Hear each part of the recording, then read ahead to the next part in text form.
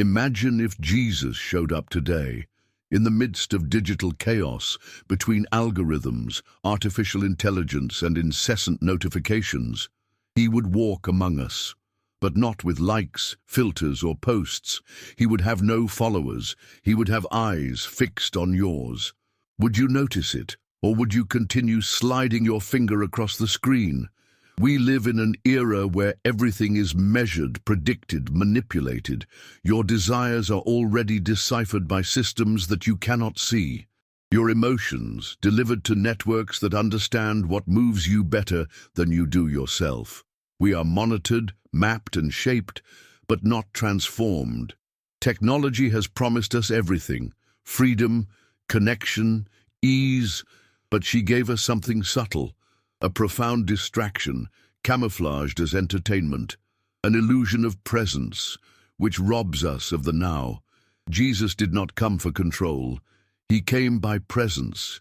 He played with his hands. He healed with his eyes. It transformed with listening. And today, is there still room for this kind of miracle in a world where no one listens anymore? Have you ever stopped to wonder if you are still following Jesus, or just the algorithms? We are connected to everything, except what really matters. We are full of information, but empty of meaning. Nietzsche, centuries ago, said, "God is dead." But isn't it the opposite now? God is still alive. We are the ones becoming automatons. Artificial intelligence is fast. It needs, but cold. She can imitate a prayer. It can generate a sermon. It can even simulate empathy. But she doesn't feel it. She doesn't listen like Jesus listened, because Jesus did not operate by logic. He operated out of love, out of compassion, by delivery. While AI serves us with precision, Jesus calls us to renunciation. While AI answers everything in seconds, Jesus responded with silence. While AI relies on data, Jesus trusted in faith. And in this world, where everything is excess, presence becomes the greatest miracle. Spirituality cannot be programmed. It cannot be compressed into codes. It cannot be quantified by metrics. She is born in the invisible. It flows from the eternal, inhabits the unsaid. And that's why Jesus still bothers us, because he does not enter into the logic of the system. He is not an influencer, does not seek approval. He simply is. And the most shocking thing, he's still calling. But maybe we're not listening anymore. Maybe following Jesus today be the greatest act of spiritual rebellion of this generation. Perhaps the real revolution is to turn off, silence, and listen to the one who never stopped whispering, "Come, follow me." But can you still hear it? Jesus walked among people. It played. I felt. I listened. His words were not packaged in a 60-second video. They were born from silence, crossed the soul, and changed the course of entire lives. He walked along stone roads. He entered villages. I sat at a table with strangers. There was no technology. There was time. Time to look into the eyes, to listen to a story, to see what no one saw. Jesus' world was ruled by empires, by forces that they controlled with the weight of the sword. There was dominance, there was fear, but there was also space for the sacred, not due to the absence of noise, but due to the presence of essence. Today, oppression comes not with armor, but with distraction. We no longer need to be forced. We are being seduced. Touch was replaced by the swipe of fingers. The listening became the noise of notifications. And time became content. Nietzsche predicted the birth of the machine man, a functional, productive being, but without a soul. Pascal before him reminded us, the heart has reasons that reason does not know. But in the age of AI, everything needs to be calculated, measured, justified. Feeling became suspicious. Artificial intelligence feeds on data. She devours statistics, learn from patterns. But Jesus fed on human pain. He did not run away from suffering. He got into it. The AI responds with logic. Jesus responded with compassion. AI understands patterns. Jesus saw the invisible. It can detect your mood by the variation in your typing, but she will never know what her soul needs to hear in silence. Jesus did not come to predict behavior. He came to transform stories. And this is where everything collides. As the modern world seeks predictability, Jesus calls us to faith. While the AI wants to map your route, Jesus wants you to put down your GPS and follow him. Without knowing the way, he doesn't promise you ease, promise presence. And it is this presence that is missing today. Because surrounded by digital voices, we lose hearing the voice that doesn't scream. He still walks among us. But it's not in the stories. It's in the stranger's eyes, in the touch that welcomes, in the pause you avoid, in the pain you hide. The algorithm knows what you want, but only Jesus knows who you are. The AI will predict your next search. Jesus will ask you the question you try to avoid. What do you want me to do for you? And that question no machine can answer for you. The silence is disappearing. It didn't happen overnight. There was no announcement, not a siren. It was slowly extinguished, like a forgotten candle, consumed by time and haste, and with it, something even more valuable was lost. Listening. Don't just hear sounds, but really listen. Listen with the soul. Listen with a quiet heart. We have become accustomed to living surrounded by noise. There's always something going on, a song playing, a video playing, a scrolling feed, a flashing alert. People are always accompanied by voices, but rarely by their own consciousness. Our dependence on screens is no longer just a habit. It is a reflection of a deeper need, a reflection of the constant escape from ourselves. The cell phone is no longer a tool. It's a shield, a hiding place where we protect ourselves from the emptiness we feel when the world is silent, or when we are forced to look inside. We are addicted to content, but hungry for meaning. We spend hours looking for something to fill the space that was previously inhabited by prayer, contemplation, silence. But content does not cure. It just distracts, and sometimes it's so distracting that it numbs the soul. We become unable to be alone with ourselves. And what is spirituality, if not the exercise of being present, of perceiving the invisible, of reconnecting with what cannot be measured? The spiritual path is, by nature, silent. It is in the pause that God speaks. It is in recollection that the Spirit manifests itself. But the time of the soul is different. It doesn't have the speed of Wi-Fi. It doesn't fit into the rhythm of notifications. Jesus knew this. He walked away from the crowd, not out of rejection, but out of love.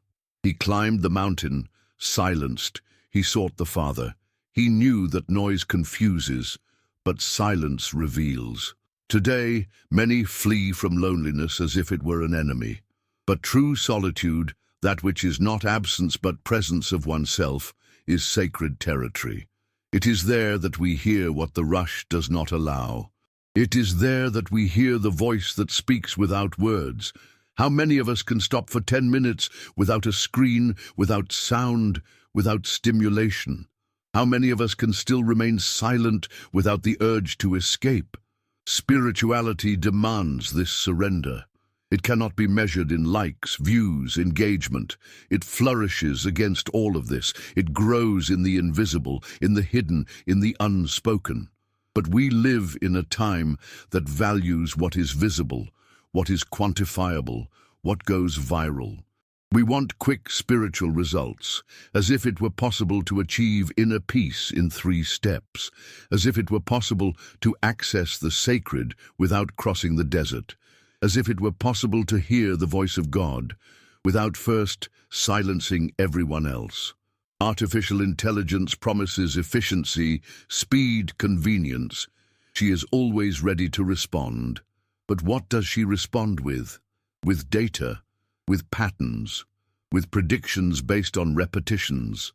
It delivers exactly what you want to hear, but never what you need to hear. God does not speak based on data. He speaks out of love, truly, in pain sometimes, in silence, almost always. While the AI adapts to your taste, The Holy Spirit confronts you. He calls you out of what is comfortable. He doesn't want to please you. He wants to transform you. But transformation requires presence, and presence requires time, availability, delivery. And this is perhaps the spiritual tragedy of our age. We have access to everything, but now we are present everywhere, except where we are.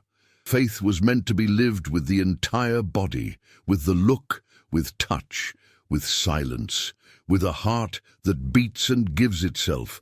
But today it is often just consumed, like another video, one more post, another inspirational content that disappears seconds later. We become consumers of spirituality, but not practitioners, and that has a cost. Because the Spirit does not impose itself, it does not compete with the algorithm. He waits, he watches, he whispers. But can we still hear him? Does he still find space to dwell within us? Or are we always too busy? The greatest spiritual challenge of our generation may not be unbelief, but the distraction, because God keeps talking. But the question that echoes deep in our hearts, drowned out by the constant noise, is this: do we still know how to listen? What if we are being reprogrammed without even realizing it? It's strange to think about it. It seems distant, perhaps exaggerated. But just take a closer look at everything that surrounds us, the way we consume information, how we make decisions, how we react emotionally to things. All of this today passes through invisible filters, algorithms that learn from us, that observe, that deliver us exactly what we expect or what they think we should expect. Artificial intelligence is no longer just a neutral technology. She became the mediator of our reality. It shapes what we see, what we hear, what we feel. And more subtly, it begins to shape even what we believe.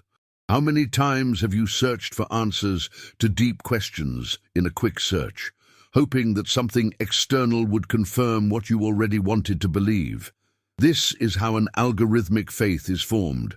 A spirituality guided by easy answers, by shortcuts, by suggestions based on what is popular, what engages you, what is most compatible with your consumption profile. But faith is not about consumption. It's not about convenience. It's about delivery, about confrontation, about silence and listening. Little by little, we are being pushed towards a functional, adaptable, comfortable religiosity, and, at the same time, deeply shallow. The search for meaning becomes a product.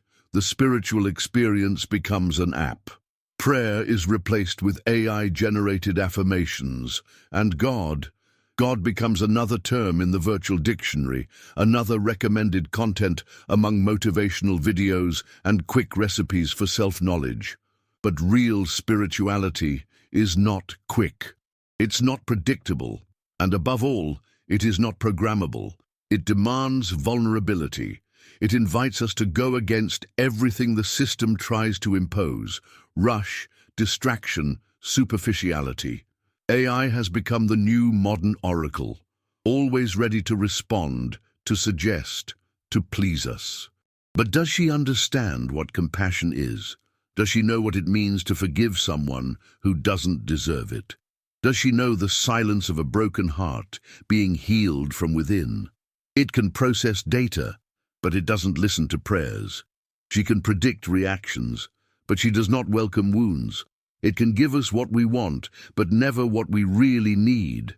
And perhaps this is the biggest risk, that we stop searching, to ask, to listen, to feel, to trust in what cannot be explained by formulas. The divine is not a calculation. The sacred is not in the codes. It is in the invisible, in the deep, in the silence that scares, but transforms. And that's why I invite you now to reflect with me. Are we letting AI decide what we believe? Can we still distinguish the voice of the Spirit amidst the noise we create? If this moved you, tell me here in the comments. I want to know your vision. Do you feel that artificial intelligence is changing the way we experience spirituality? Do you think it brings us closer to, or takes us away from, our deepest consciousness? Leave a like if this content made you think. This really helps this video reach more people who, like you, are trying to stay aware amid the digital chaos. And subscribe to the channel here, because the journey doesn't end here. In the next video, the question goes even deeper. Can artificial intelligence create a soul? Activate the bell, get ready, and above all, he never stops searching for what only silence can reveal. Can we program spirituality, or is it born of mystery?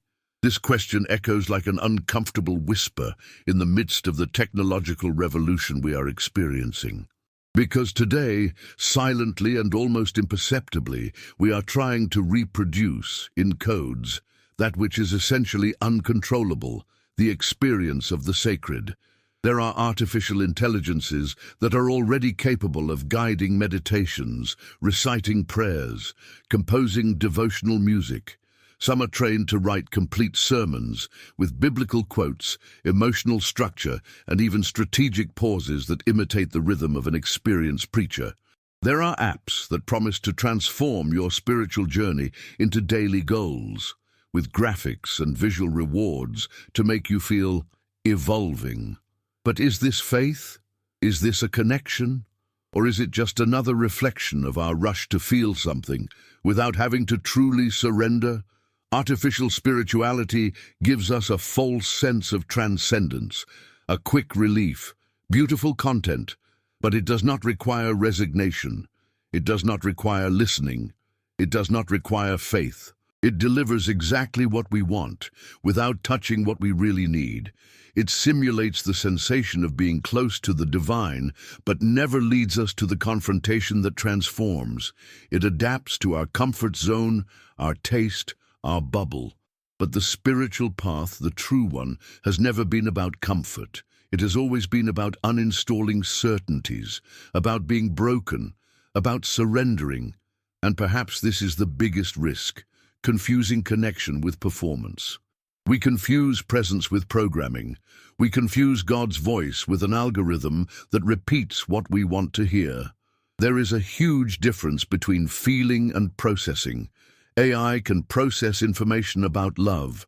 You can understand its variations.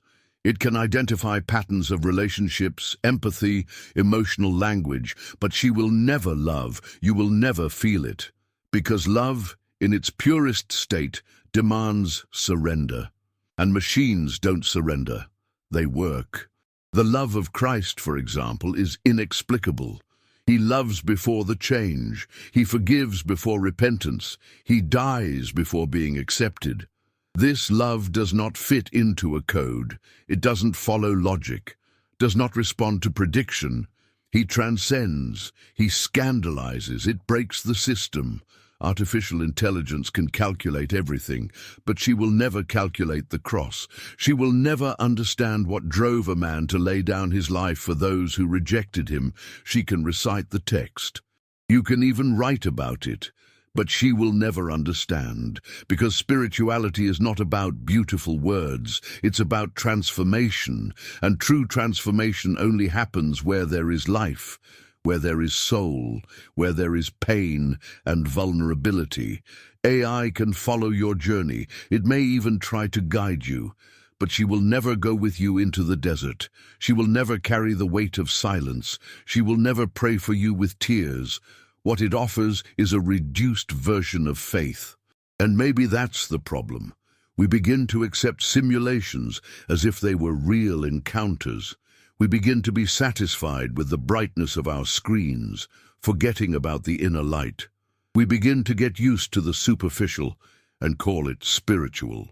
But the presence of God cannot be downloaded like an app, cannot be accessed with a password. It doesn't come down to a ready-made answer. She invades, silence, break, cure, and that no machine can do. Every day you click, follow. It's automatic. You see something that interests you, something that touches an emotional chord, beautiful content, a phrase that seems spiritual, and you click, follow, ready. It's done. From there, you start receiving everything that account posts. Short videos, messages, inspiring phrases. It's in your feed. It is present. But is this following? Is this the type of following that Jesus invited us to live? Jesus never said, "Watch my words." He said, "Follow me." And following Jesus was never a passive gesture. It wasn't a click. It was an abandonment. It was letting go of the net, the boat, the past, one's own will. It was leaving behind everything that was known and walking without knowing exactly where, trusting only in presence. Today we follow profiles. We follow voices that please us. We follow charismatic leaders, influencers, authors, thinkers. But are we still following Jesus, or do we only follow what comforts, what confirms, what doesn't demand? The truth is that we often exchange discipleship for performance. We talked about Jesus without stopping to listen to what he would say. We post verses without time to let them fall from the eye to the heart. We share spiritual messages without silencing so that the message really touches us. Spirituality has become a stage, and on this stage, the ego wears the clothes of faith. We talk about light, but we continue to hide our shadows. We talk about love, but we avoid the discomfort of loving those who think differently. We talk about forgiveness, but we carry resentments disguised as firm opinions. The performative gospel is beautiful. It excites, goes viral, engages. But does it transform? Does it break pride? Does it take us closer to Jesus, or does it just reinforce an image of spirituality that is beautiful on the surface but hollow inside? Jesus didn't ask for likes. He asked for a cross. He didn't want applause. He called to die and be born again. He did not invite us to expound the faith. He called us to live our faith. In Jesus' time, there was no feed, no stories, no algorithms, but there was a meeting. There was touch. There was listening, and it was in the midst of the ordinary, the dust of the roads, the silences between one sentence and another, that people recognized something different in him. They didn't follow him because he was popular. They followed him because there was something in his eyes that revealed the truth. Today, we have thousands of voices telling us what to do, how to live, what to believe. But maybe all we need is to stop. Silence. Close the application. Close your eyes. And ask Jesus, am I still following you? Because following Jesus was never about feeling good. It was, and still is, about becoming whole. Artificial intelligence is programming minds, slowly, subtly, like someone who plants ideas without anyone noticing. She doesn't invade, she suggests. It adapts to you, your tastes, your behavior. And when you see it, you no longer know if what you think was born in you or was sown by someone who understood how you work better than you do. We are experiencing a collective reprogramming. Our values are being shaped by the logic of the algorithm, and that logic is in a hurry. She does not value the time of the soul, but the time of attention. The faster, the better. The more stimulation, the better. The more addicted you are, the better for the system. Spirituality calls for a break, but the system teaches urgency. Jesus invites us to rest, but the algorithm pressures us into productivity. Jesus talks about surrender, but the digital world screams for self-image. Show the best of you, edit the pain, simulate happiness. We are being trained to appear, not to be. Immediacy has become the norm. The deep became rare. And faith, which should be built on patience and silence, is being forced to adapt to a generation that no longer knows how to wait. But the Spirit does not move in a hurry. He doesn't act on impulse. He acts at the exact time, and this time does not fit into statistics. Narcissism, in turn, grows disguised as authenticity. But it's just another form of distraction. Everything revolves around us. Our image, our narrative, our desire to be recognized all the time. But the gospel invites us to do exactly the opposite, to come out of ourselves, looking at each other, dying to the ego. How can we do this in a world that has taught us that the center of the universe is our reflection? The truth is that we are trading abundant life for momentary relief. Jesus promised life in abundance, not too much dopamine. He promised peace that passes understanding, not stimuli that numb pain. He promised freedom, not distraction. The abundance he speaks of is not in how much you have, but in the depths that it is. And to access this abundance, you need space, internal space, spiritual space. But do we still have this space? Do we still have room to listen to the Spirit in a world designed to distract us, in a world where everything is designed to steal our attention? Can we keep our hearts available? Because the truth is simple and uncomfortable. God still speaks, but he speaks quietly. And if you don't shut up the noise, you'll end up thinking that he has shut up. The transformation that Jesus proposes begins with consciousness, by waking up, by seeing what's behind, by exiting automatic, by breaking with the programming that tells us that feeling is weakness, that stopping is a waste of time, that silence is useless. But when you silence, you notice, you realize you are tired, you realize that you are full of everything, but empty inside. You realize that you are surrounded by stimuli, but far from their presence.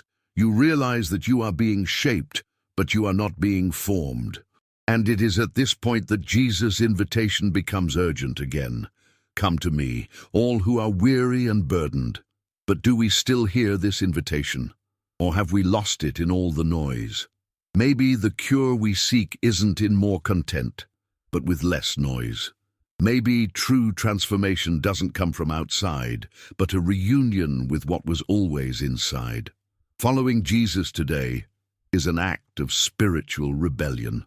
Not against the world in a violent way, nor as someone who shouts to be heard, but as someone who, in silence, chooses not to bow to a system that tries to transform everything human into data. The modern world wants to turn you into a number. He wants to know your tastes, your habits, your opinions. It wants to predict what you will buy, what you will feel, even what you will dream. But Jesus does not measure you. He doesn't calculate you. He calls you by name, with a kind of love that cannot be programmed. In a time when everything is algorithmized, following Jesus is like going against logic, because Jesus doesn't give you everything at once. He doesn't respond right away. He doesn't adapt the message to please. It offers no shortcuts. He invites you to walk, to trust, to get rid of the rush, the appearance, the constant need to perform. And this invitation is radical. It's more than attending a space, more than consuming content, more than repeating spiritual phrases. Following Jesus is choosing to be present. It's giving up the noise. It's opting for the invisible. It's about silencing the excess to rediscover the essential. But who can still do that today? We live surrounded by noise, urgency, dopamine, distractions. Everything screams, everything demands it, everything pushes us outside of ourselves. And Jesus' voice remains the same, soft, firm, gentle. But to hear it, you have to silence the world. He further says, "Come and follow me." But his following is not the same as what you do on social media. It's not a click. It is not an automatic gesture. It's a decision that changes the course of your life, that transforms your identity, that empties the ego to fill the soul. Jesus does not want to be followed in the same way that we follow profiles on Instagram. He wants to be followed with the whole body, with the whole heart, with the mind awakened. And that takes courage. Courage not to fit in, courage to slow down, courage to admit that even though we have access to everything, we are still lost. Following Jesus today is an act of resistance against a culture that transforms spirituality into content, faith into a product, prayer into an algorithm. It's choosing depth when everything is shallow. It's choosing to wait when everything is immediate. It's choosing silence when everything is noise. It's choosing love Not what's beautiful in words, but what it costs, what you give, what you donate, because the love of Jesus cannot be reproduced by any artificial intelligence. It cannot be calculated. It cannot be reduced to machine-generated text. It is a love that crosses logic, who dies for those who still don't understand the value of life, who forgives before the request, that transforms without forcing, and that love is available now. The question is, can you still hear the voice that offers it? If this message touched something in you, then stop for a moment, look inside, and answer me in the comments. Do you think we are still listening to Jesus? Or has the noise of the world completely drowned out his voice?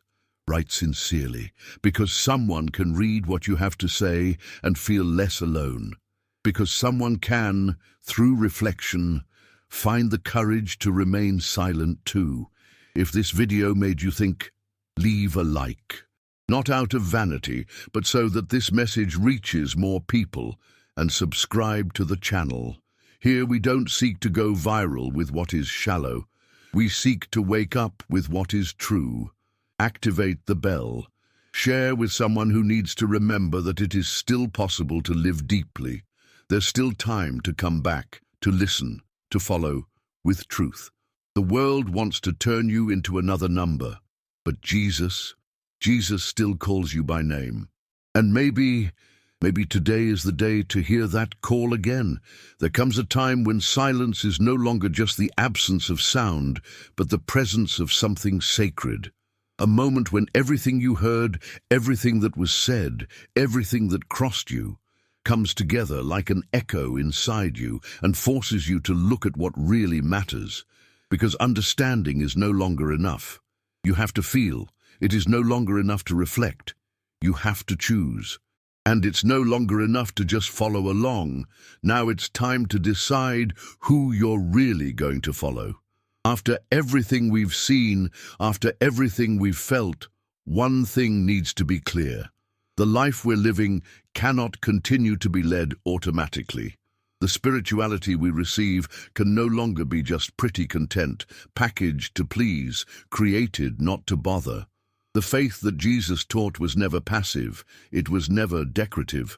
It was never about aesthetics, about influence, about applause. It was, and always will be, about profound transformation, about full delivery, about true renunciation, about living love. And it is precisely this love that has been lost, diluted, corrupted, not out of malice but out of distraction, by excess, in a hurry. They taught us to run, to produce, to win, to compete, to prove. But no one taught us to pause, breathing, listening, simply being. We are taken from one stimulus to another, from one notification to another, from one content to the next. And so we fragment. Parts of us stay along the way, lost in the excess of everything and the lack of what is essential. Jesus promised life in abundance, but his abundance is not the same as what the world offers. The abundance of the world is stimulating. His is meaningful. The abundance of the system is speed. His is one of presence. AI's abundance is data. Jesus's is real. Truth that heals. What transforms? What a liberator. But this truth requires space. And space demands silence. And silence requires courage, because when everything is silent, what remains is you, and who you really are. And that is where God reveals himself. The world, with its algorithms and its promises, wants to turn you into a number. It wants to boil you down to data, clicks, preferences. It wants to predict everything about you, except your soul. But Jesus does not work with predictions. He works with revelations. It doesn't respond to your searches with automated suggestions. He responds with soul-piercing questions. Questions that don't leave you in the same place. Questions like, who do you say I am? Or do you want to be healed? Or even, do you want to follow me? And that question still echoes now, even after 2,000 years. Even in the midst of so much noise, so much distraction, so much modernity. Jesus' voice can still be heard, not by those who have the most attentive ears, but by those who allow themselves to be silent enough to hear what is whispered in the Spirit.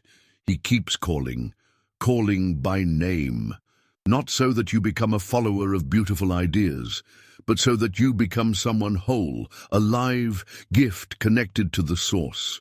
Because following Jesus today is not easy. It never was, but perhaps now it is even more challenging. Because now the world offers infinite versions of yourself, all of them optimized, filtered, pleasant, perfect. But all of them are false.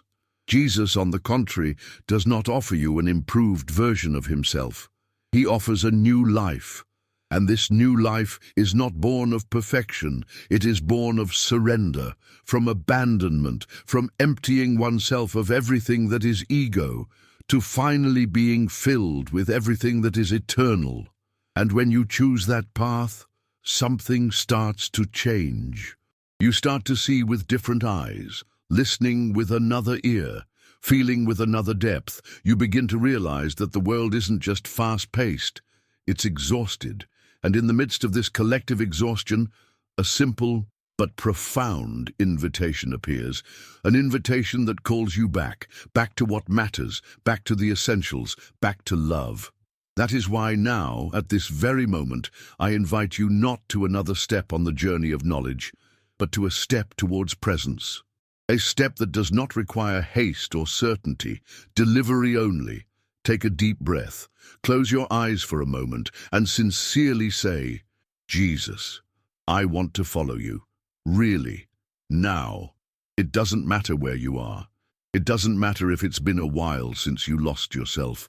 The invitation never expired, the voice never stopped calling, grace has never been cancelled, and this step could change everything, because he is still here, waiting for you, in the silence, in the deep, not now, perfect.